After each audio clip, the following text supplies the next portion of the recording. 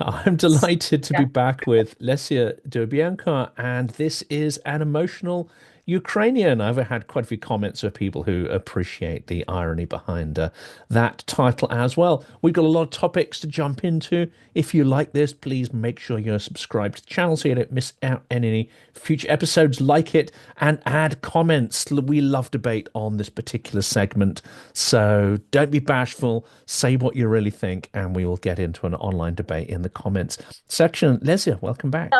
Hi. There's Thank lots of you. stuff to Thank you for talk having. about. We got to be quite selective here because there's so many things we can talk about. But let's start with Putin's. There's a lot of debate about, is this about territory? Is it not? Is it about resources, about minerals, stuff in the ground, etc.? Of course, it's complicated. But Putin's just come out and stated his aims for 2025. And I think there's two key things. He's laid claim, as he has before, to Zaporizhia and Kherson, and he's basically said that four oblasts of Ukraine will be fully in Russian hands, and that may well be an indicator that the SVO is at an end, or it may not. You never know with Putin, of course. This would indicate that this is really about territory, but actually, those territories are kind of arbitrary in some ways, whether they're Russian or not. There's a lot of people in the territories who do not want to be part of the Russian world. It seems to me that territory might not be the only reason for this invasion, but let's dive into that topic because it's a bit of a minefield. Okay, so I believe that it's actually about territory, and I'll explain why. It's because if you go back in time to 2022, like 2021, okay, December 2021, or generally like 2021, the year. So you'll see that because a lot of people put forward different ideas that it's about this, that it's about that. But let me tell you something. I think it's about territory for a very simple reason. It's because whatever you think, Russia's influence, political influence in Ukraine, even between 2014 and 2021, was extremely robust. So it was like, it was a very influential force, and a lot of people were actually, like sort of pro-Russian. So if it were about political influence, it was already there. It's like, it just, okay, yeah, you have the influence, and Zelenskyy was not perceived in 2019 as an extremely pro-Ukraine candidate by many people. So, I mean, it's a misconception. He later turned out to be a little bit different, but a lot of like, let's call them zealous pro-Ukraine people, like hardcore nationalists, they hate him, and they hate him to this day. Nothing has changed. And so in that way, I think Russia was very, very influential. But then suddenly, it decided that, influence is just not enough.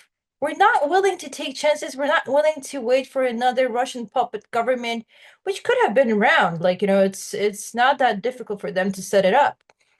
But I don't know. I think it's because of age, foremost, because Putin, he's old, okay? And he has a very fetish idea of conquering Ukraine and conquering in a very 19th century like way, okay? So when you come around, you conquer, then you go to Kiev, you take the flag, there is a military parade, there's this, there's that, there's the emblems, the everything. This is what it was about. So, but if you think of how the full invasion also started, it was three trajectories, right? One from the north, another one from the east, and one from the south. So I guess the idea was to sort of encircle something like that, like for Ukraine to fully fall. So it is about territory. It's a very kind of 19th century like conquest, like I said. So I totally disagree that it was about installing a Russian puppet government or something like that and then going away to Moscow. Come on. It's a little bit ridiculous for everybody who understands how Russians work basically and how Putin works. And another like thing that I really thought of these days because of this, there's this guy called Dmitry Trenin. He was head of Moscow Carnegie Center. And right before the full-scale invasion, I actually listened to him and Alexander Bauno, if I'm not mistaken. They were talking about the potential invasions and so on and so on. And Trenin, who is an ex, well, I don't think that you can call him an ex GUR officer, he said that, oh, come on, nobody believes that Ukraine will ever join NATO. We don't believe that at all. So in Moscow, there was this understanding, and this was so as well in Ukraine, that Ukraine will not join NATO. All these, like, yeah, all the talk was never substantiated with anything. Neither was membership action plan nor anything else, you know? There was no talk of that. I know NATO people personally, some of them who traveled to Ukraine in October 2021, and they were like, no, come on. It's not even close. You're not even close, if ever, you know?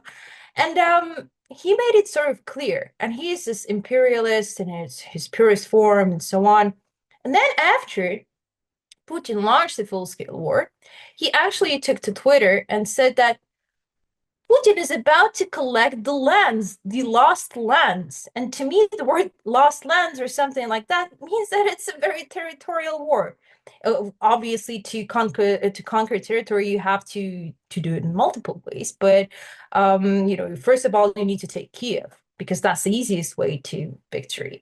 This is where Putin failed, and I think that this is something that is still bothering him at night because without Kiev, this whole endeavor is completely useless. Even if you get Zaporizhia Oblast, even if you get Kherson Oblast, even if you get Dnipropetrovsk Oblast, who cares? This is not what he wants. It's like, you need to measure victory, the concept of victory against your overarching goal of some sort. And his overarching goal is to stand, in the middle of Kiev, in the center of Kiev, and say that, hey, this is me, this is my land. So to me, this is a very, very normal kind of war. Like, back in the day, it was omnipresent in Europe, and here it is. It's back. I think the confusing aspect, of course, is then people say, but hang on a second, there are genocidal characteristics to the Russian propaganda and, of course, to the actions on the ground. And I think it's confused because, of course, as you say, Putin was not able to take the entire country and perhaps was under a certain delusion that Ukrainians really didn't care one way or the other.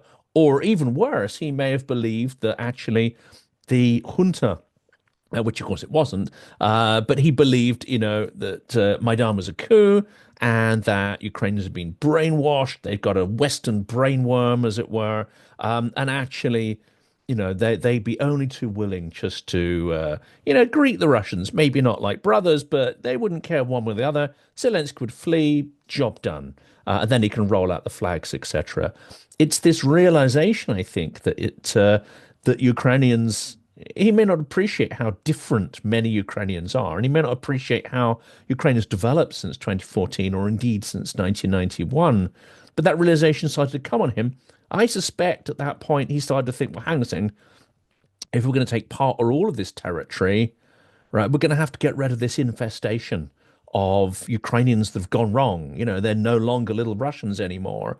So it can be about territory, but it can also be genocidal at the same time. Well, I think that, it's like love and marriage. If you conquer territory, you also need to eliminate all those who are against your rule. It's a very kind of basic notion, I believe. So, obviously, what you're saying is more or less true, I guess. I think that he was living because he's living in a bubble. He is a dictator or a wannabe dictator. I don't know what to call him exactly, but he is a person who lives in a bubble. And that bubble consists of several people who tell him what he wants to hear. Because if, God forbid, they tell him what he doesn't want to hear, they'll be out. It's the basic kind of like difference between a democratic leader and an authoritarian leader. A democratic leader is supposed to hear what other people are saying, the feedback. Authoritarian, they don't want to hear that. They only want, it's like an echo chamber of some sort. So basically, he probably told them, like his bubble told him that yeah, Ukraine isn't that different. Like, we spent so many years funding different channels, Medvedchuk's channels, and they were popular and so on, which was true. News One and the other one, I forgot. They were popular. And a lot of different political scientists, I don't know what to call them, people who bought diplomas basically, attended those TV shows, and they were indeed, like I said, popular. So I think that maybe they just, when you start believing in something, it's very difficult to kind of say that, no, this is actually not true.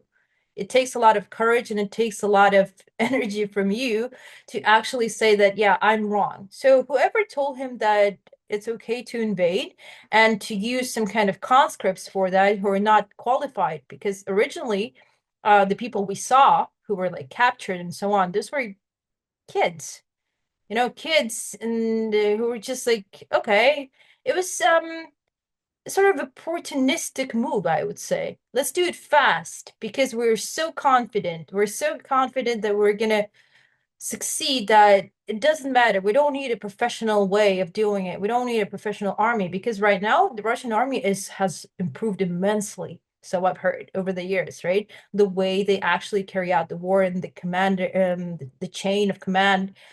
So at the beginning, it was like that because he was under this illusion. And then he realized, oh, wow, well, it's not really going the way it should be going.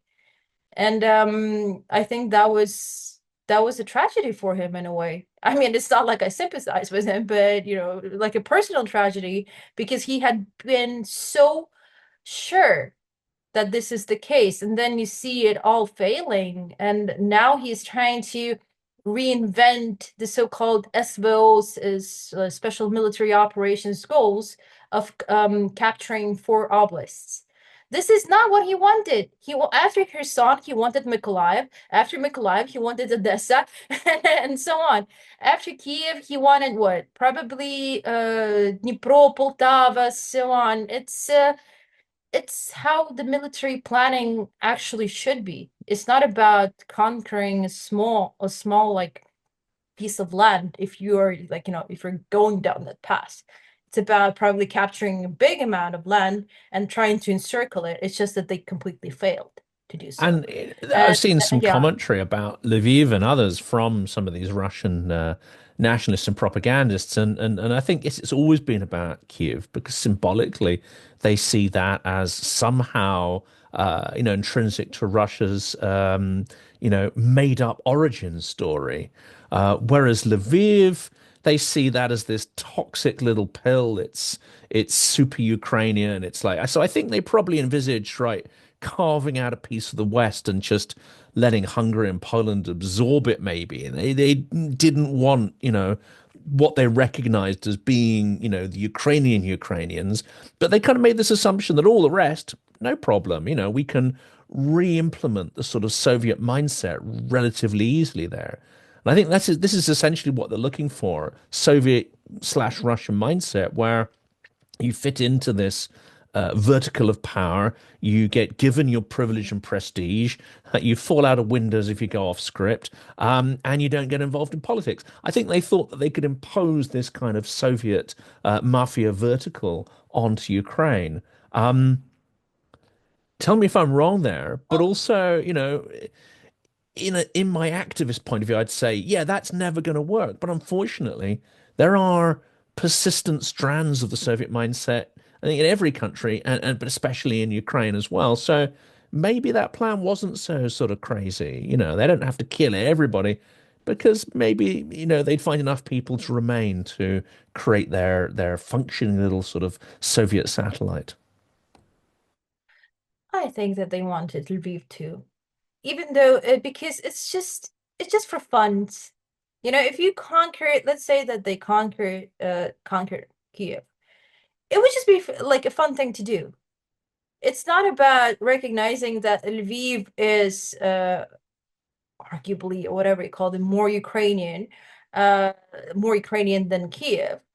It's just about completing your goal. And if your goal is the entire country and you feel like, even Lviv can be Russian, you don't want to give it to Poland. Why would they give it to Poland? Even and Poland, and they know perfectly well. I don't think that they're idiots. They know perfectly well that Poland wouldn't accept it under international law. Hungary What would sort of would like probably try to yeah. accept a territory. I mean, I don't put that past Yeah, Orban. okay. Even No. Hungary, despite Viktor Orban being this super toxic person, this Russian spy balloon, so on, even he, I don't think it's possible. Yeah, he would be flattered that such an offering is being made to him. Like, look, there's another emperor there in the middle of Europe, and his name is Viktor, which is laughable, but I guess in Budapest, that's the dream. And I don't think that, they don't understand the principle of international law and that nobody but them would actually do that.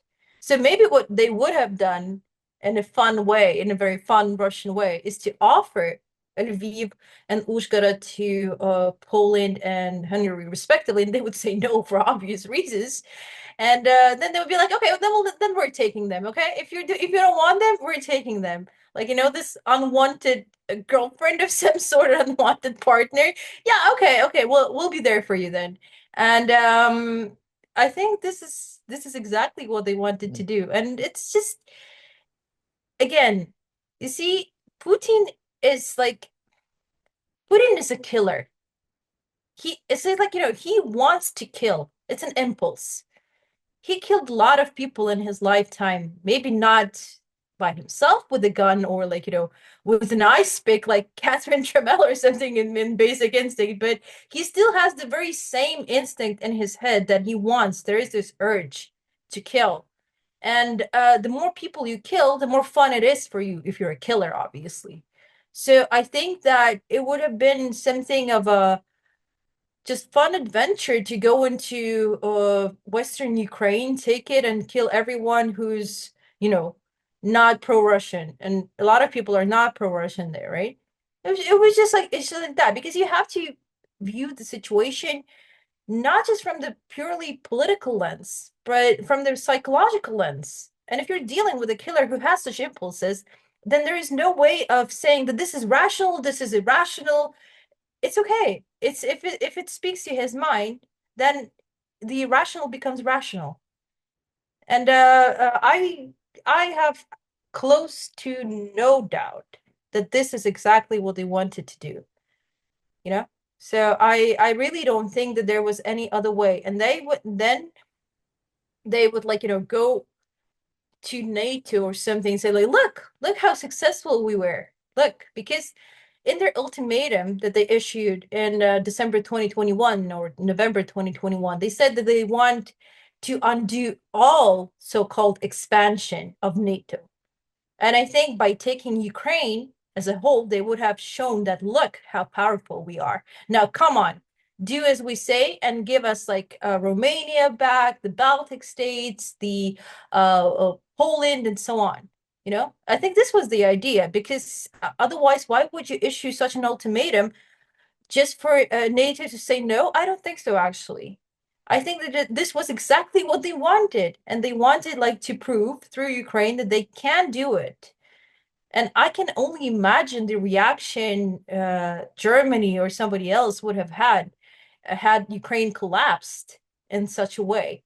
They would be like, yes, yes, take Romania, the Baltic states, and then everything, just take everything. You can even take Berlin. It's fine. So this is exactly the kind of mindset that they have. And unfortunately, this was also how they thought at the beginning of the full-scale war, because when I talked to Andriy Melnik, the former ambassador in Berlin, I traveled to Berlin in June 2022. He's like, privately, he said that the situation, like between the communication with the government and so on, was completely pathetically awful. Okay. There were instances where this I'm not sure that he's around anymore. I might be not I might be mistaken. The Minister of Finance, Lindbergh, or whatever his surname is, he didn't even want to help because Melnik told him that, please give us the weapons and so on, like maybe 5 days into invasion and so on. He said, like, what for? You're done already. There is no need. That's on record. Yes. This No, kind I've read that one. yeah, Yeah. like, cynical, disgusting approach that, yeah, you're done already. Why help? Okay, so you didn't help before, then you didn't help after, and only then after, like, many, many scandals and so on, and all this talk about lethal and non-lethal, no, sorry, offensive, sorry, yeah, sorry, offensive and defensive weapons that NATO had at the beginning of 2022, which was so ridiculous. Do you actually expect that a Russian soldier cares what he's killed with? Javelin or something else or a tank? Oh, at least I Or wasn't killed throwing with a an helmet offensive. at him, hit on the head by a Yeah, helmet, yeah. because that's what the And Germans initially provided. Yeah. yeah, yeah, yeah. They sent us helmets and so on. But what I'm trying to say, that it was just so ridiculous. This whole train of thought. Just, I really want people to go back in time and just recall how it all happened, and why, for example, a lot of people in Ukraine right now have turned pro-Trump in a way. Because listen, Biden was happy to abandon Ukraine. He, like, in January 2022, all of the diplomatic institutions fled Ukraine. There was absolutely no help coming. Nobody was arming us except for Boris Johnson. He actually tried doing something, because Boris Johnson, despite being so unliked in the UK for different reasons, geopolitically, he's good. He understands history. He's educated. He's clearly on the right side of history. And, he tried helping out. Biden, for example, didn't do anything. And, he just fled. And then I remember in February, or was it like late January, or maybe early February, he just, took the floor and said, Putin is going to attack. And that's it. Okay. Thanks for informing us. Oh, what do we do now? It's It's like, worse. It seems to be worse though. They sent the CIA director, and this, of course, is we don't know exactly what was said in the room, but it seems to be, rather than going in and saying, right, if you conduct this aggression, this is what we'll do in return. No, there was none of that. It was like, this is what we won't do. We won't nuke you. We won't do this. We won't do that. So you turn up to Russia and you basically say, look, here's our conditions of partial surrender of us, right? Just don't go too far. Don't go here, don't go there, don't go this. yeah. I mean, this must have been, if they weren't creasing up in the room, then the Russians present must have been thinking, "Oh my goodness, this is like Britain and France, Sudetenland, just basically, we don't want another war at any cost, any cost. Look, we'll give you everything you want. What do you want?" The trouble when you say to a Russian is, what do you want? Or a Russian politician, well, their ambition is limitless. Their resources may be limited. Their ambition, their greed, their ability to inflict aggression, their ability to steal is limitless. So there's no point in going in there and just asking them what they want. They'll want everything. Because that's how human nature should be. If you're asked what you want, you don't say that, oh, I only want this and that. If you ask me what I want a Lamborghini. And after a Lamborghini, I want something else, okay? Because that's how human nature works. And asking somebody in times of war, especially the aggressor, what he wants is a very strange thing to do. The only thing you can do, because, for example, Ukraine is still, like, outmanned, outgunned, and so on. You can think of how to stop it in such a way, through a ceasefire or something else, that would actually affect the overarching goal of the aggressor. So you don't give them what they want, and you give them perhaps a little bit, but then you also stop even that. So, for example, let me give you an exact example. Putin says that he wants 4 obelisks in 2025, and I believe it's so, right? Because it kind of makes sense. Because if you come to think of it, I just read not that long ago an analysis by Volodymyr Dutsenko that the second largest nuclear superpower lost more tanks in Pokrovsk than during the Stalingrad battle. I mean, you know who you're dealing with.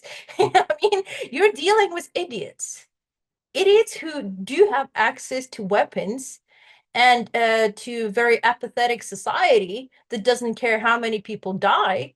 That is obviously their strengths, right? But otherwise, even though the army has become more professional, it's still fighting. Just let it sink in.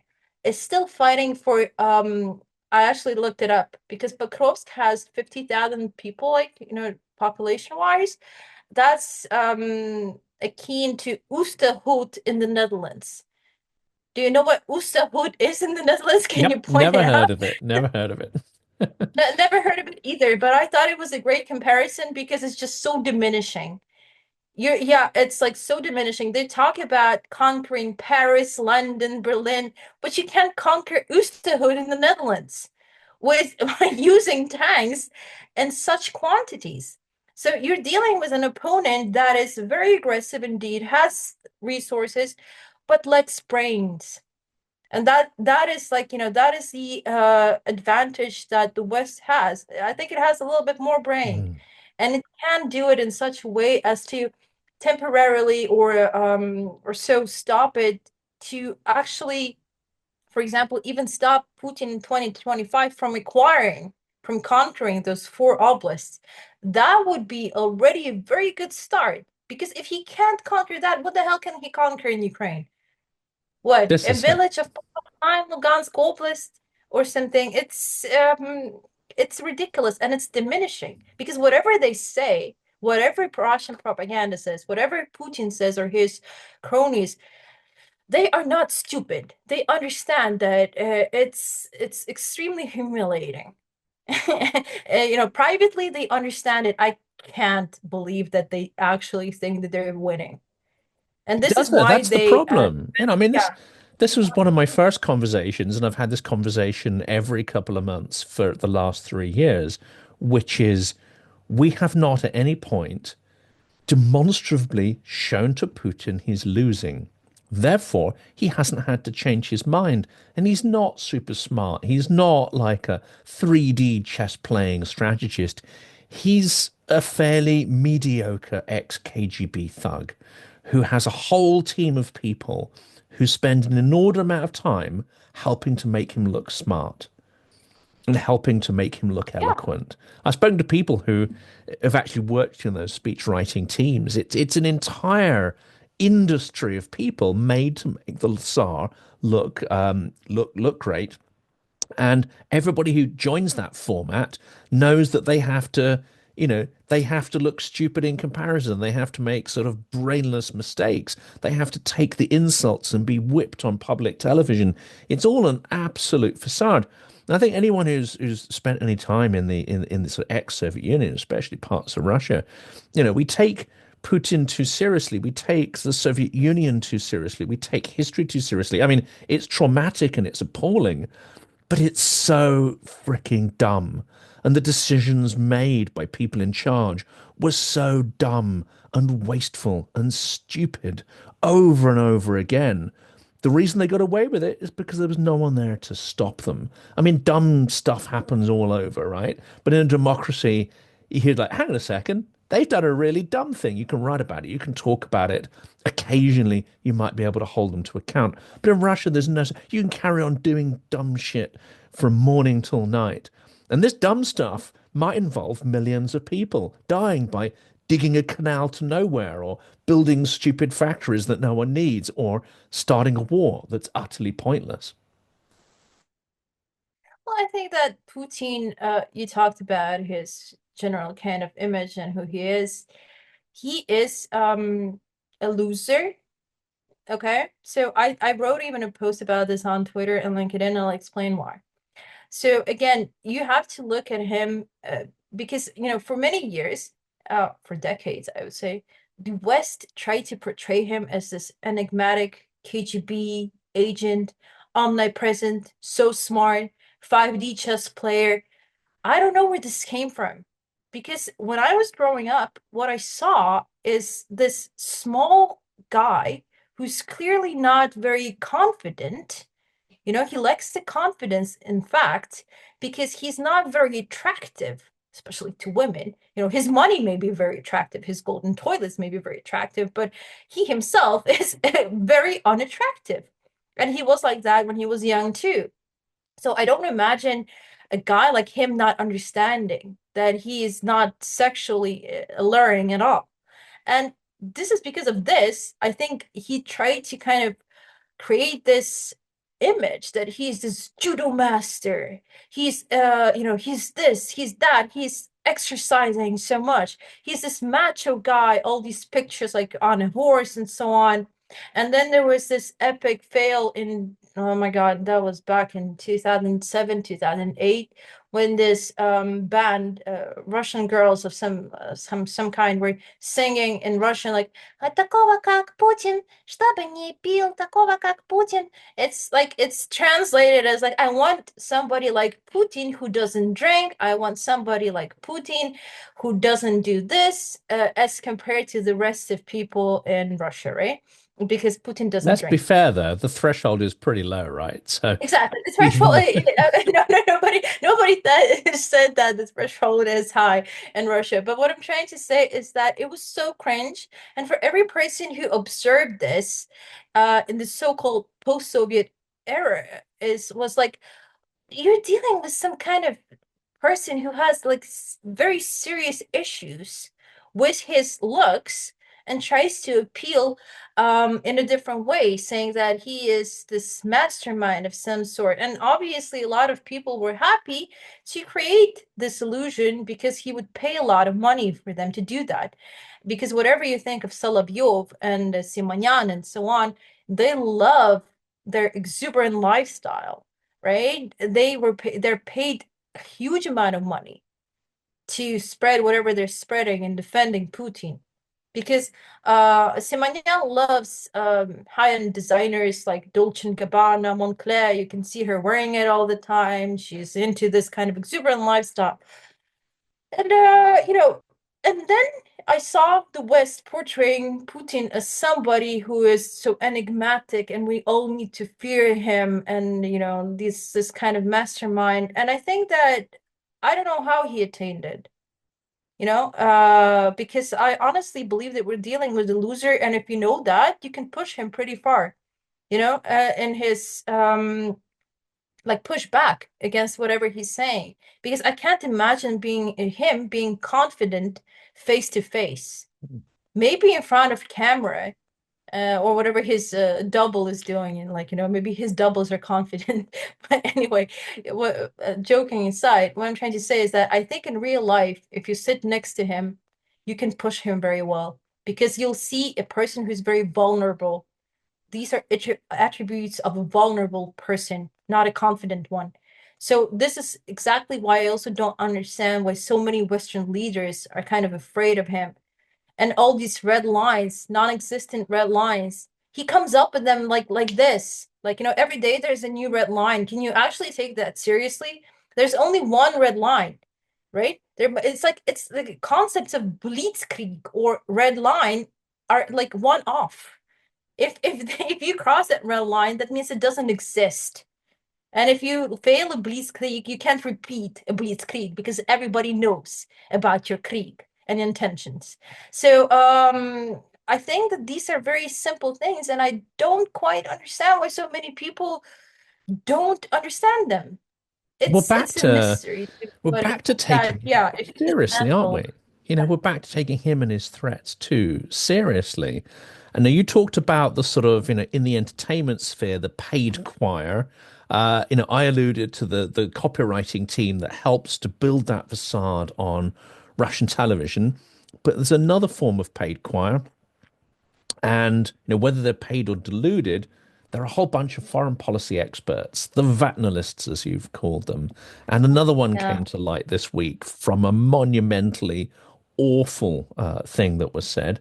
And but there's this entire choir of voices who make money, who create their own status out of bigging up Russian power, making it seem far more scary and serious than it really is, making Putin seem like more of a statesman when he's not a statesman at all. As you say, he's a runty little sort of mafia don, or a gopher for mafia, in fact. He's not even the big don.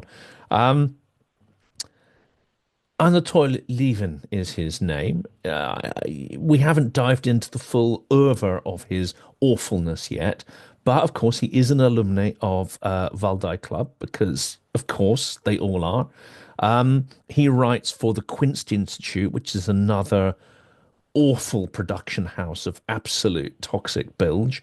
And he's come out and basically said, look, if you want peace in Ukraine, don't involve the Ukrainians in negotiations. This is something that, the superpowers need to sort out between themselves. It's absolutely ghastly, this thing. But unfortunately, that is not a point of view necessarily which is uncommon. And behind the scenes, I'm sure there are many people in Washington and Berlin who, if they thought they could get away with it, would love to cut Ukraine out of negotiations and make the whole thing just sort of disappear, as quickly as possible and with as little fuss as possible. Well, let's start by saying that I don't know much about Anatol Levin, and I don't think I want to find out. But the thing is that if he wants to cut off Ukraine, maybe he should cut himself out because nobody's asking him what his opinion is. Obviously he's going to express it because Western academic world is filled with these people, right? And I think my character assassination of Samuel Charip, or whatever his surname is illustrative of that. But what I'm trying to say here is that these people will continue to exist for in the foreseeable future because academia is also very rigid. And the things that people read, right, when they like do a bachelor's degree in international relations or so on, a lot of these things are very outdated. They're based on the understanding of the world that was probably relevant 50 years ago or so. There's a lot of Kissingerism there and realpolitik, which isn't necessarily bad because obviously superpowers, it's just I don't think that Russia is a superpower. This is the thing. Okay, so Russia may be perceived as a regional power of some sort. Okay, but as a superpower, what superpower are we talking about? So I think this is also something that these academia, whatever people are trying to create an illusion that Russia is in fact much more powerful than it is. It's not. Maybe the Soviet Union was a superpower, okay, but Russia, what's superpowerish about it? It had a default in 1998. It's like it's a relatively poor country. Like most people there live in poverty. So how do we define a superpower? Somebody who has nukes? So for example, is the UK a superpower or France a superpower because they have nukes? Or is it the amount of nukes that you have? How do you define that? Because I think the problem with Russia is that they want to be perceived that way, but they're totally not. And I don't think that even the US or let alone Trump perceives Russia as a superpower. I think it's ridiculous. It's like it's really not the case. Yeah, obviously they have some influence and they have the fuels, like the fossil fuels and so on. But even that is in jeopardy because, Trump said that he's going to drill, drill, drill, drill.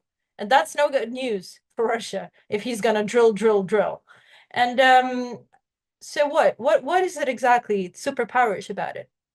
But obviously these people, they are also like on a payroll. If you say that he is part of Valdai Club, then 100% that he's getting paid for all this. And just like Charip, just like Wertheim, just like all this gang of people who suddenly decided for no specific reason that they are such experts as compared to everybody else.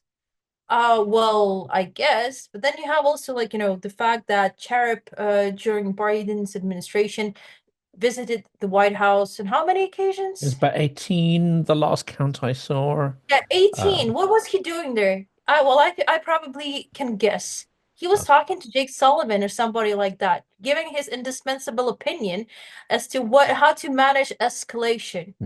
my Because question is why, how many times did Keir Giles, get asked to turn up there, or he's Arisia not. Litievich? I I think it's actually probably interviewed. zero. Yeah, exactly. I actually interviewed Karen not that long ago.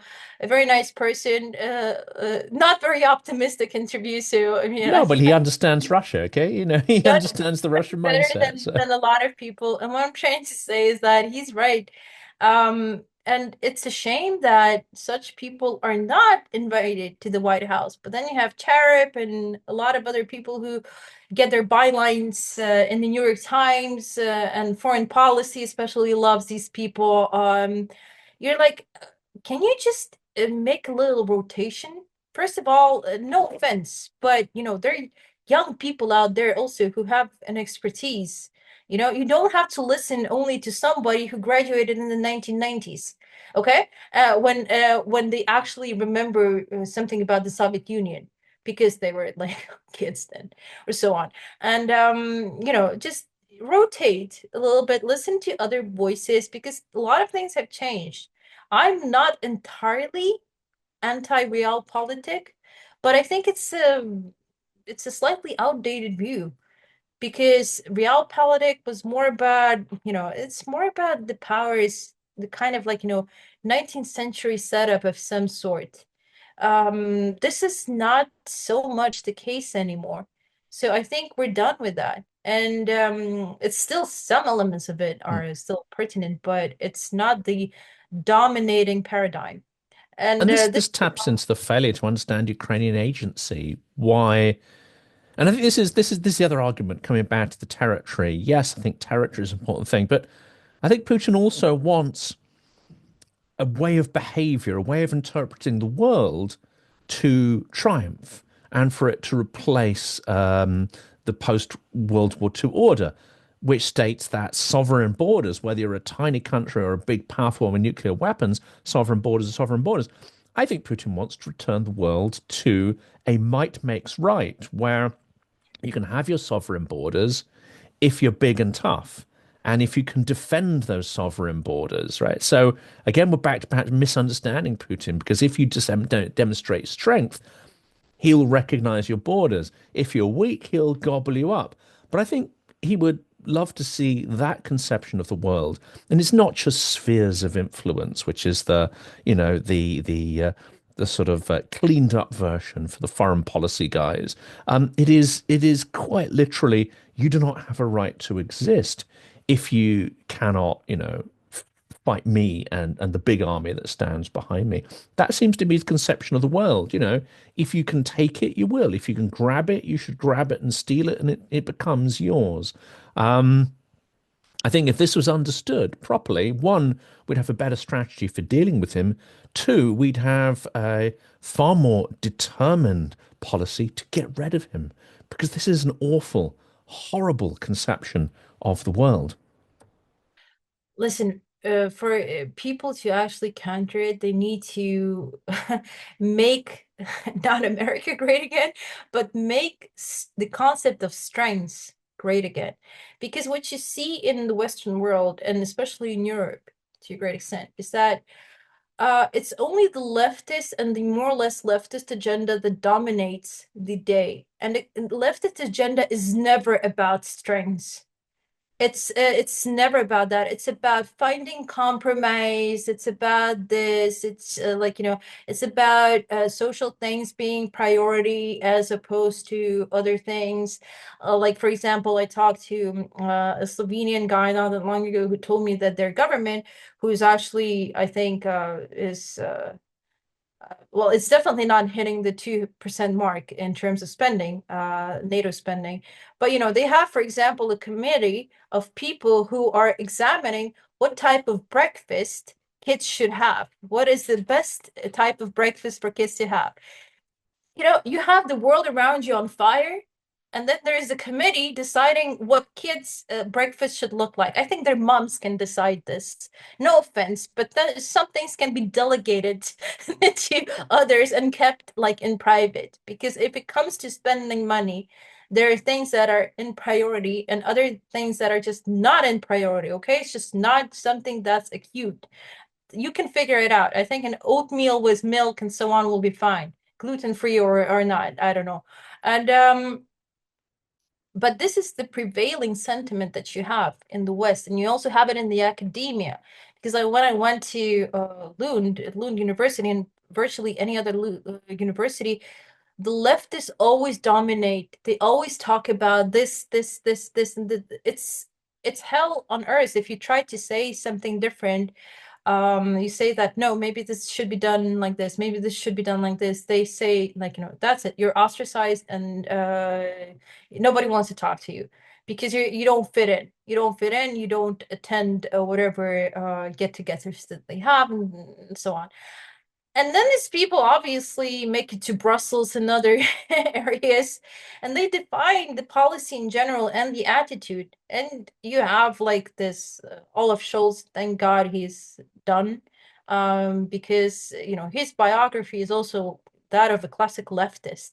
He was an anti-NATO something commie, and then he became a little bit different because money question became more pronounced.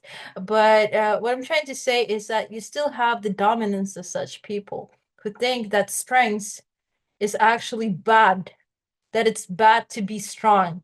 It's good to be weaker and finding compromises. How about no? I just want to say, how about no? And you go and do some nasty things to yourself. And that's it. And this is how you need to communicate. I wrote a post not that long ago about, Thatcher and Reagan and the way they communicated. They had presence when they communicated, they had a vibe. And that's also very important because, for example, let's take NATO. I saw Stoltenberg in real life, and I haven't seen Rutte. I saw Stoltenberg, Merkel. Merkel has absolutely zero presence, and she's lost cause. And but Stoltenberg, he's a nice person. He means well. And but when when the chief of NATO walks into the room, you expect some kind of presence. You expect to feel presence and vibe. There was none. Okay, it's like a regular person walking in. He might be great at solving internal issues. He might mean well, but this is not the kind of communication that NATO chief should be exerting to others, especially if your adversary is Russia. You need to be present, you need to be strong, you need to like Dalia Grybauskaite, right? Her surname is, that person has a presence. If she were in charge of NATO, I believe that things would be very different. And just because she even looks like she's about to, I'm not gonna say that, but she looks as if she's about to, let's say, cause something bad to you, right? And this is exactly the kind of communication you should have, knowing that others around you, that you have Russia, then there's China, then there's North Korea, then there's Iran. How many more people do you need to stand up to? And it's you won't be able to negotiate with Iran or North Korea, okay? And it's just not possible. And I think these are very simple things that just it annoys me that I have to repeat them all the time, because it's very obvious that people in charge of institutions like NATO or some other governments with nuclear capacity, they need to look like that. And you don't have to be a scumbag to be strong. I mean, I've been to a couple of events now where General Valery Zaluzhny takes the stage, and he strikes me as a very intelligent, very thoughtful, very humane person, but he also exudes presence and strength. So you could have these things within the same package, as it were. Because we're only in a few minutes, let's turn to a country that is not afraid of appearing strong and not afraid of upsetting all sorts of people. And that, of course, is Israel. And there's two interesting angles to this story, I think. One is that Ukraine seems to be taking, I would class it, a far more Israeli approach to dealing with justice. You go through institutions, but if in the end you cannot get justice of any form, and in times of war that's difficult, Ukraine seems to be operating a process of targeted assassination against some really bad guys. If they accidentally take out the wrong guy, then I think we'd all have something to say.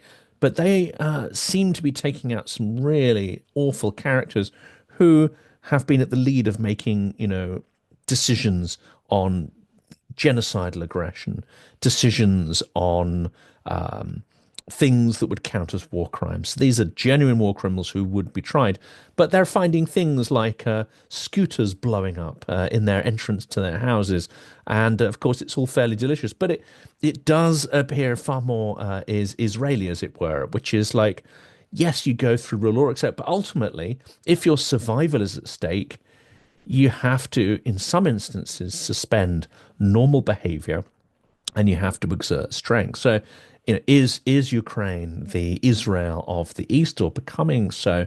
And a great indication of this is it seems that Israel has just bombed Tartus into oblivion, which of course is fantastic. The last Russians leave. It's a shame maybe the Russians weren't still there, but anyway, they let the Russians leave, and now they're destroying the facility and the ammo dumps that were there to prevent them being used either in the region or of course, being shipped out and used in Ukraine. Well, what can I say? I mean, obviously, I think Ukraine is, I think there's some kind of collaboration, cooperation going on. I'm not, like, again, 100% sure about this, but I do see some changes and, the way this whole Syria thing rolled out. And it feels like there is some collaboration going on. As to the methods, well, look, Israel is tiny, right? But it somehow manages to beat all of its opponents because it's smarter. That's the deal. And it has the brains, right? It invests a lot. So for Ukraine to become Israel, obviously the first thing you do is you tackle corruption and you start like paying enormous taxes. That's number one. And you know that those taxes are going to be spent on the military industry, right? And this is the number one thing. But in terms of how it's dealing right now with some of the people in Moscow and everybody else, definitely this is from the Mossad playbook. Even Amir, the politician, the Israeli politician that I interviewed, Amir Weidman, he said that, you just need to compile a list of people that you want they want dead, and you need to communicate that this list of people exists to those you want to kill. So, you're on the list, man. Yeah, and that's it. It's a time ticket. It's like, you're living in borrowed time here. And I think this is what more or less happened. Because if you can't, there's no need to compare the sizes of armies or to compare the sizes of territories when it comes to war. And I mean, it's a good indicator, obviously something you need to factor in, but it's far from the only one.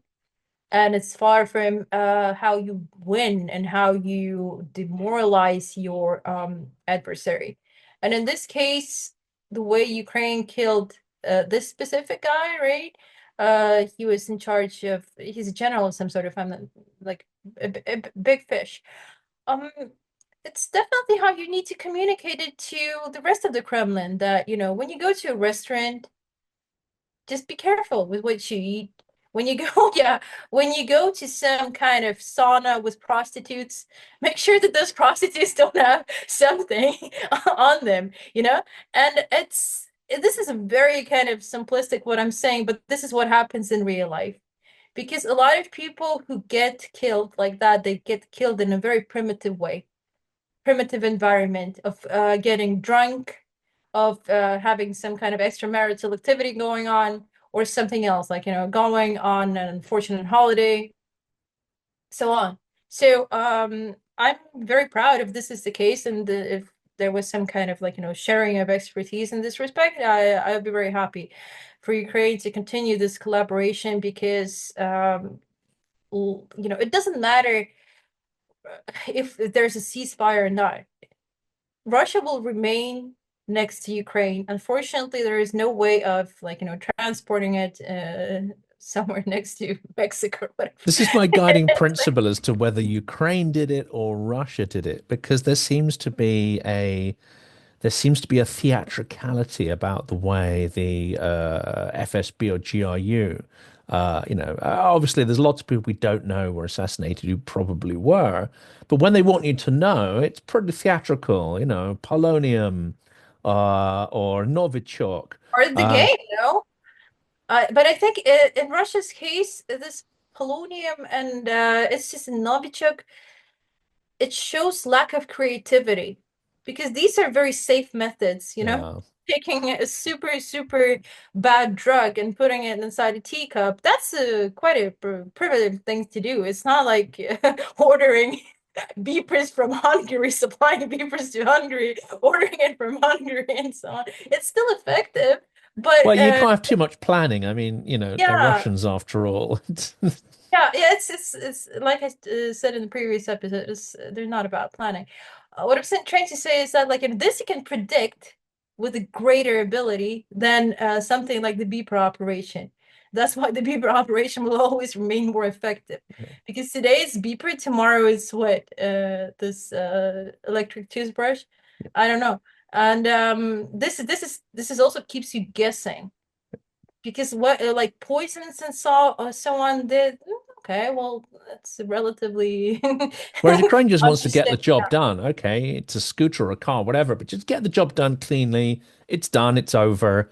There's very little theatricals about it. Whereas, there's this debate about someone like Vladimir Tatarsky. Mm, Did Ukraine do it? Did they not? Well, I'm like, just look at the theatrics of it. Hiding a bomb inside a sculpture of himself. You know that's that he's a massive narcissist. Sorry, that's for me, that's GRU. I mean, they like these kind of theatrical flourishes. well, I think that most of these people that you deal with, they're narcissist because let's be honest, good people don't get into politics usually. Or anything close to politics. Usually pricks do. And pricks have this narcissistic aspect to them. So I wouldn't be in like in my case, I would say that a figure of me would freak me out. That even though I'm like, very kind of vain, but that would be just too much because it's just looks weird. But not for a person who is so self-obsessed and completely not self-aware, like Vladimir Tatarsky, that you can actually kill them this way. And that is hilarious in itself because when your death is laughed at, that's the worst, right? It's the worst thing that can happen to you. And this is more or less what probably will happen to Putin as well. And I think I that, was going to say he's yeah, narcissistic. He's not yeah, clever. he's He's not. this. Well, imagine his golden toilet exploding. That would be great. Do you know what? It's I was like, about to say something very similar. I was thinking more like some kind of intense vacuum sucking him down into it. But we're on the same. yeah, yeah, but it has to be something like extremely humiliating and something that is also dear to him. Because I think that golden toilet is truly dear. Oh, wait, wait. This also the shisha bar that he has, apparently. That would be great. Like this shisha, and then it explodes. Or there's That'd be something in the mud in his mud room, or whatever it what is. not sure about the mudroom, but Apparently, he's got a mud just room in remember, yeah, I think Gelinjik. the shisha thing because it was so kind of unexpected. I didn't imagine him smoking shisha together with other people and watching like girls or whoever boys dance. I don't know who's dancing there, but like or maybe Philippe Kirkorov dancing there. I can imagine that. I can imagine pretty well. That would be yeah, quite entertaining. But what I'm trying to say is that it has to be something extremely primitive for it to be as humiliating as possible. And that is what most dictators fear, because death for them has to be about something grand, right? Otherwise, what's their legacy? But if you It die on a golden toilet when it explodes, that's not very sexy.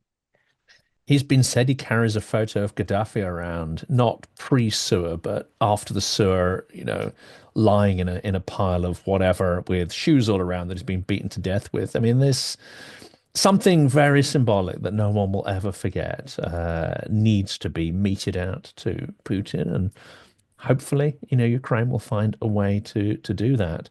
Um, this is probably all we've got time for on this one. I don't know if this is maybe even be the last one of the year. So I don't know if you've got any way you want to wrap it up. We'll start again, I think, in 2025, which is going to be eventful. I think that we can guarantee at least.